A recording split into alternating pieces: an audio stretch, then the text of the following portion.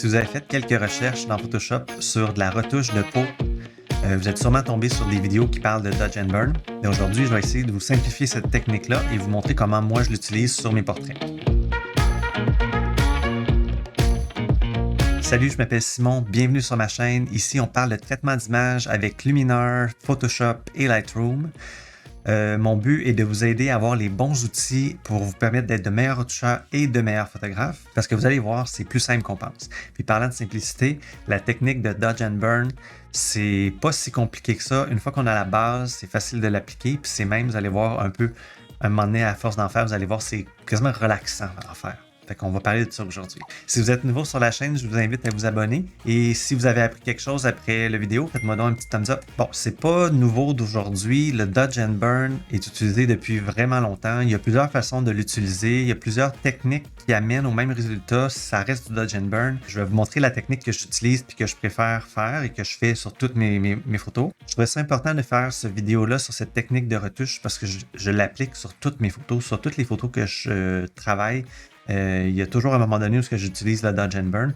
Donc, à chaque fois que je vais vous montrer une retouche d'un portrait ou de d'autres choses, il y a probablement un moment donné dans cette vidéo-là que je vais faire du Dodge and Burn. Donc, je vais vous référer à cette vidéo aussi pour comprendre la base de cette technique-là.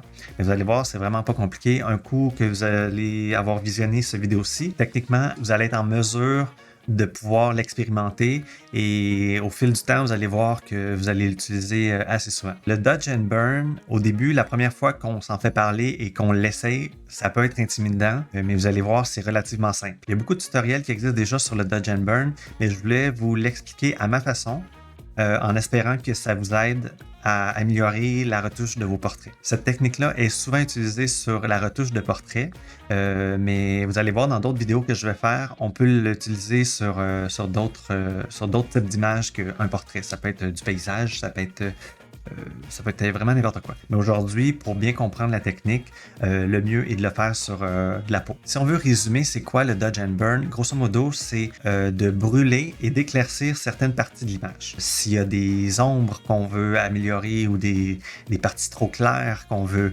aller foncer parce que c'est trop clair, on va utiliser le Dodge and Burn pour faire ça. Pour structurer la vidéo, de la façon que je vais vous expliquer ça, c'est pas compliqué. Je vais vous montrer ce que c'est le Dodge and Burn sur un canevas vide. Ensuite, je vais vous montrer ma technique que j'utilise pour la retouche de portrait dans un contexte, comment je l'utilise. Et ensuite, je vais vous montrer d'autres façons qu'on peut faire du Dodge and Burn qui est différente de la technique que j'utilise habituellement.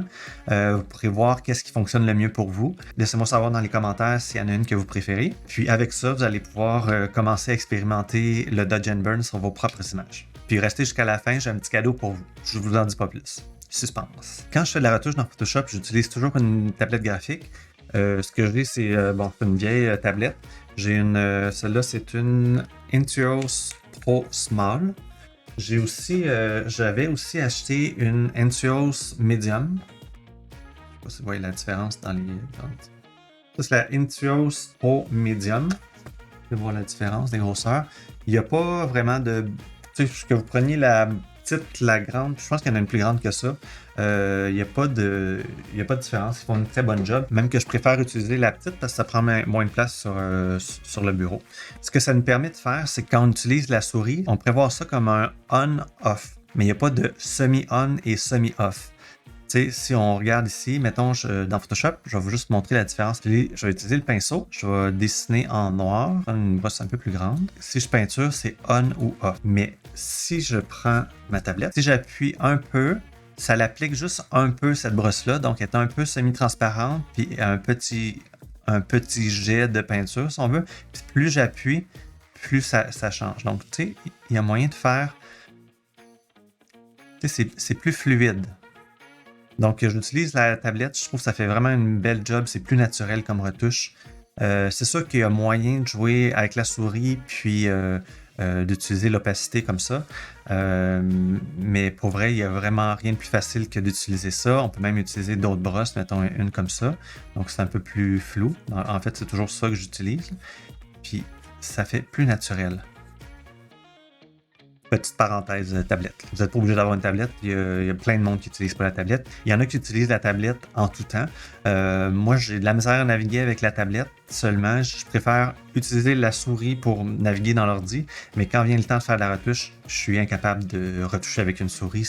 On dirait que c'est pas possible pour moi. La technique du Dodge and Burn, c'est de peinturer du noir au blanc sur un layer pour aller foncer et éclaircir des parties de notre image. Pour faire ça, donc la technique du Dodge and Burn se fait sur un layer gris à 50% que j'ai mis en soft light, que le mode soit en soft light. Donc pour faire ça, c'est pas compliqué. On vient dans l'onglet Layer, on va se faire un nouveau layer, on va faire Shift Ctrl N. On peut le renommer gris. On va le mettre en soft light. Et on a l'option du gris 50% qui devient accessible. On appuie là-dessus. Et puis là, il y a un layer gris qui s'est créé. Si on le cache ou on l'affiche, il n'y a aucune différence. En fait, ce que ça fait, le soft light, quand le gris est à 50%, c'est l'équivalent de 0 ou de transparent. Si c'est en bas de 50%, ça va être plus foncé. Puis si c'est en haut de 50%, ça va être plus clair. Et pour faire le Dodge and Burn, on utilise les outils Dodge and Burn qu'on peut retrouver ici, Dodge and Burn ou la lettre O. J'aime bien utiliser par défaut le Burn, mais vous pourriez être en Dodge, il n'y a pas de différence. Et je mets mon outil à 5%. Donc, si je peinture, on va le mettre un peu plus haut pour qu'on voit bien la différence. Là, je l'ai mis à 50%. Si vous voyez, ça foncit.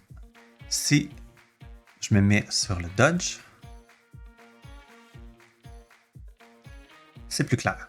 Oups, c'est plus clair. OK? Donc, en gros, c'est juste ça, le Dodge and Burn. On va aller éclaircir et brûler différentes zones de notre image. C'est ça qu'on fait sur nos images. Puis là, je me remets à Burn parce que j'aime mieux travailler avec le Burn. Je peux faire Burn. Et si j'appuie sur la touche Alt, ça va faire l'inverse du Burn. OK? Là, je suis toujours sur l'outil Burn, mais je tiens Alt. Vous pouvez voir. Ça l'éclaircit, je lâche le Alt, ça va foncir. Donc, c'est ce qu'on va faire sur notre image. On va aller éclaircir et foncir différentes zones. Jusque-là, ça va? Fait. Donc, si on le met en application sur une photo d'un portrait, ce que je fais toujours à chaque début de retouche, je vais dupliquer mon layer original pour qu'on puisse revenir en arrière si jamais il y a eu un problème. Par-dessus ça, je mets mon nouveau layer gris sur lequel on va faire le Dodge and Burn. Donc, Ctrl-Shift-N ou on passe par ici. On va le nommer gris. Que je mets en soft light à 50%. OK? Et puis, je vais le mettre dans un groupe. Ctrl ou Command G. Que j'en ai nommé retouche de peau. Donc, je me mets sur mon layer gris. J'utilise mon outil de Burn. Et je vais me prendre une brosse. J'oublie pas de changer ça ici. Je vais mettre ça à 5%. Parce que sinon, l'action est trop rapide. On est mieux d'y aller à 5%, même que des fois, j'y vais à 3 et à 2 selon l'image. Et je pourrais dire, voilà, je vais aller ajuster l'ombre de son nez. Alt, ça l'éclaircit. Donc ça, c'est le Dodge. Burn quand je fais rien. Parce que je suis sur l'outil Burn. OK. Je fais juste Burn comme ça ici. Ici, un petit tache. On va le corriger avec le Dodge. Donc, juste ça, vous allez voir, ça fait quand même une bonne différence.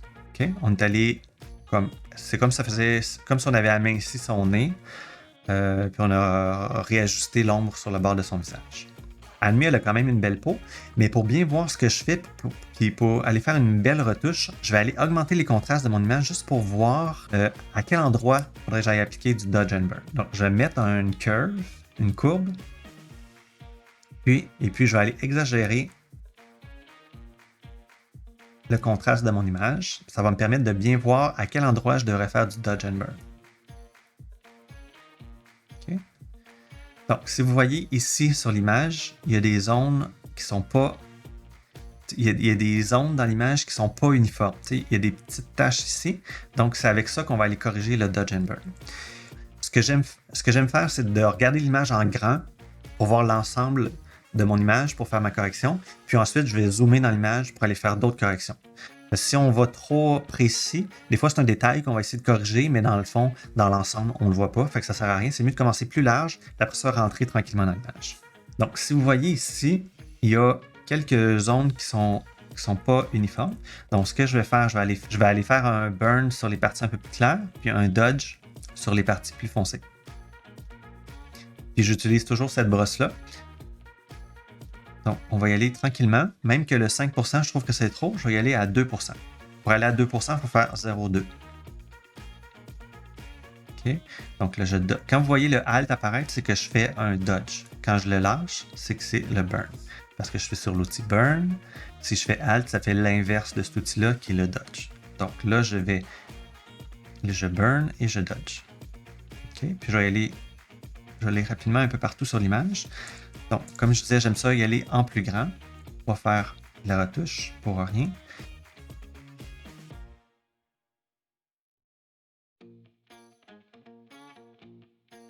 Là, si vous voyez, j'ai fait une erreur. J'ai touché à ma courbe, mais j'ai pas changé de layer. Donc, je suis en train de faire rien comme correction. Juste s'assurer qu'on est sur le bon layer pour le faire.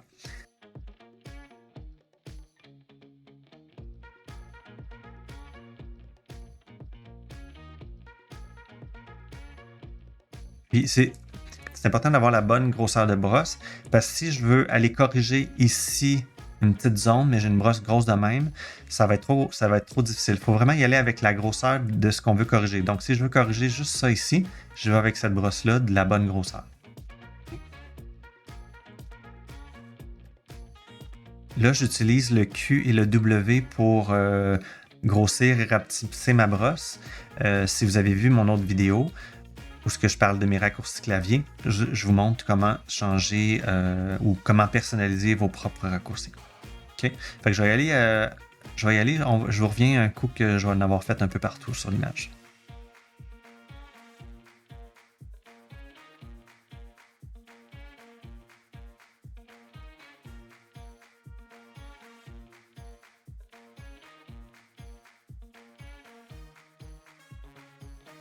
Bon, disons que j'ai fait toute l'image, puis je suis allé corriger tout ce que j'avais à corriger.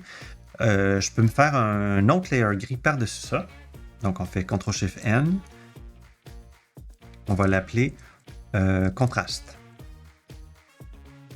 On va le mettre en soft light. On le met à 50%. Donc là, j'ai un autre layer gris par-dessus. Si vous voyez, il n'y a pas de différence d'avant-après.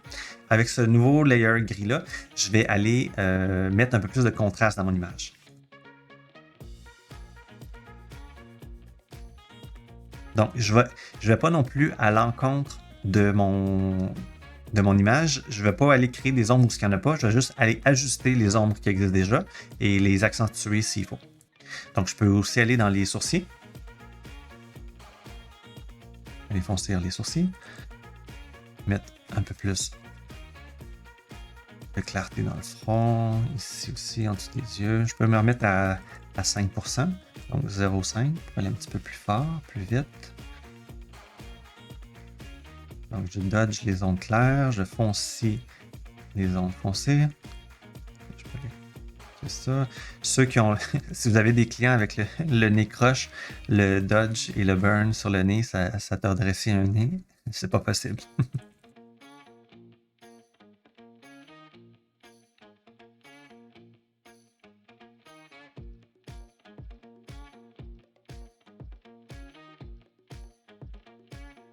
Avant, après. Donc, si vous voyez, ça lui donne un petit 3D de plus. Ça, je suis allé un petit peu extrême. J'en ferais peut-être moins dans les cheveux, mais c'était juste pour vous montrer ce que ça donnait. Et puis, si vous voulez voir de quoi le layer a l'air, ça a l'air de ça. Si je le remets à normal, notre layer gris a l'air de ça. Donc, si vous voyez que j'ai retouché le nez, les sourcils. Et puis, je pourrais faire aussi dans les yeux, aller faire éclaircir les yeux. Elle a les yeux un petit peu foncés pour cet exemple-là, mais on va l'essayer. Donc, je vais me faire un autre layer, CTRL-SHIFT-N. Je vais marquer yeux. Je vais me mettre en soft light, gris. Et on va aller dans ses yeux. On va aller éclaircir ses yeux, même que là, je vais y aller un petit peu plus fort. Je vais y aller à 20%. Ça aille plus vite. je vais éclaircir sa couleur d'œil. Je peux aller foncer peut-être le milieu de son œil. Le contour. Et voilà. On peut utiliser le Dodge and Burn dans ses yeux également. C'est un petit peu fort, fait qu'on pourrait juste le mettre à descendre pour ce que ça pourrait être raisonnablement correct. Donc, c'est la façon que je travaille avec le Dodge and Burn, c'est tout. C'est ce que je fais à tous mes portraits. Vu que c'est quelque chose que je fais à toutes mes retouches, je me suis fait une action qui duplique mon image, qui me fait un layer gris, qui me fait une curve, puis qui met tout ça dans un groupe. Donc, si on regarde ici, j'ai même mis un raccourci clavier pour faciliter la chose. Donc, à chaque fois que j'ouvre une image, je fais CTRL-SHIFT-F3. Si je le fais, CTRL-SHIFT-F3. Fait que là, si vous voyez, ça m'a créé mon image, mon layer gris et ma courbe. Chaque fois que je fais une retouche, je pars avec ça. Puis, cette action-là, si ça vous intéresse, je vais le mettre disponible. Je vais le mettre dans la description en bas, un lien pour que vous puissiez le télécharger et que vous puissiez partir vos images vous aussi avec ça. Donc ça, c'est ma technique à moi que j'aime utiliser sur un layer gris. J'ai toujours fait ça là-dessus. Bon, il y en a qui vont dire « Ouais, mais pourquoi tu le fais pas sur un layer transparent puis que tu mets ça aussi en soft light mais que tu peintures avec du blanc et du noir? » Effectivement, ça fonctionnerait. Donc si on fait le test, je vais me faire juste un nouveau layer que je vais mettre en soft light. Donc je prends le pinceau, j'appuie sur B, je me mets en soft light et je vais peinturer à, mettons, 10%. Je m'assure qu'ici c'est noir et blanc, donc je vais faire D pour remettre ça à 0. Et je peux peinturer en noir. Ça fait du burn. Et si j'inverse mes couleurs, je fais X en blanc, ça dodge. Donc ça fait exactement la même chose, mais c'est une façon différente. Il faut absolument faire un X pour inverser notre outil. Moi, je trouve ça un peu mélangeant de savoir, parce qu'il faut savoir si on est sur le blanc ou sur le noir. Tandis que ma technique avec le layer gris, c'est que je suis toujours sur l'outil de burn. Donc, si je ne tiens rien sur mon clavier, je suis en train de me brûler. Si je fais Alt, c'est que je suis en train d'éclaircir. Donc, pour moi, je suis habitué de le faire de même, mais vous pourriez le faire très bien sur un layer gris comme ça. Et il y a une autre façon aussi de le faire. Vous pourriez vous faire des courbes. Mettons, je prends une courbe. Je vais éclaircir mes hautes lumières et je peux faire une nouvelle courbe, une autre courbe pour mes basses lumières. Je vais foncer. Je peux inverser mes courbes. Je fais CTRL-I en appuyant sur le masque. CTRL-I. Ça fait rien. Et ensuite, je peux dire, bon, celle-là, c'était Dodge. Ici, c'était Burn. Fait que là, sur mon layer de Burn, je pourrais juste aller peinturer. Je pourrais aller peinturer les endroits que je veux plus foncés ou ajuster les contrastes. Je vais me mettre à 50%. Et aller éclaircir comme ça. Fait que vous voyez, ça fait la même chose. Donc, il y a plusieurs façons de faire du Dodge and Burn. Il y en a qui préfèrent travailler avec les courbes parce qu'on peut après ça aller facilement ajuster ou rejouer avec la courbe pour aller ajuster nos ombres claires et nos ombres foncées. C'est une autre façon de travailler. Je trouve ça plus compliqué. Pour moi, c'est pas ma technique préférée, mais ça peut peut-être plaire à certains d'entre vous. Vous me laisserez savoir dans les commentaires qu'est-ce que vous préférez ou qu'est-ce que vous utilisez. Puis, il y a probablement d'autres techniques aussi pour faire du Dodge and Burn. Parce que dans le fond, le concept du Dodge and Burn, c'est d'éclaircir et de brûler des parties dans notre image. Donc, peu importe les outils que vous prendrez qui éclaircissent et qui foncent aux images, c'est du Dodge and Burn. Donc, voilà. Bon, fait que c'est tout pour la technique du Dodge and Burn. C'est pas plus compliqué que ça. Pour l'expérimenter, puis assurez-vous de ne pas en faire trop. Si on s'en rend compte que vous avez fait du Dodge and Burn, c'est que vous êtes allé trop fort. C'est mieux de retourner en arrière, puis de recommencer, et puis d'aller vraiment graduellement. Ou un petit truc que je pourrais vous donner, c'est si vous êtes satisfait à un moment donné de votre retouche, mais vous voulez essayer d'aller un petit peu plus loin, faites-vous juste un nouveau layer par-dessus, puis faites votre correction. Puis si vous aimez ça, tant mieux. Sinon, vous faites juste supprimer ce layer-là, puis c'est pas plus grave que ça. Je pense qu'avec cette petite explication et cette petite démonstration, vous êtes en mesure de l'expérimenter sur vos images. Si vous avez des questions sur la technique, vous pouvez toujours me les écrire dans la description, ça va me faire plaisir de vous aider. Donc, on a vu comment faire le Dodge and Burn avec le layer gris, comme moi je le fais. Je vous ai montré comment le faire soit avec un layer transparent avec du blanc et noir, ou avec deux courbes une pour les hautes lumières, une pour les basses lumières, puis on fait des ajustements avec ça. Et puis, je vous ai mis aussi dans la description mon action pour partir votre retouche. Donc, c'est tout pour aujourd'hui. Allez vous amuser avec ça, expérimentez tout ça. Si vous avez appris quelque chose aujourd'hui, faites-moi un beau petit thumbs up. Abonnez-vous à la chaîne si ce n'est pas déjà fait. Et puis la petite cloche si vous voulez être au courant de mes prochaines vidéos. N'oubliez pas de venir me rejoindre sur Instagram si vous voulez me parler directement, vous pouvez le faire par là. Laissez-moi savoir ce que vous en pensez. Et s'il y a d'autres sujets que vous aimeriez que j'aborde, dites-le moi, ça va me faire plaisir de faire des vidéos là-dessus. Il y a tellement de choses à apprendre, je ne sais pas par où commencer. Donc, si vous voulez me guider à vous aider à retoucher, laissez-moi savoir ce que vous aimeriez apprendre dans mes prochaines vidéos. Donc sur ce, je vous souhaite une bonne retouche. On se voit dans une prochaine capsule. À bientôt. Ciao.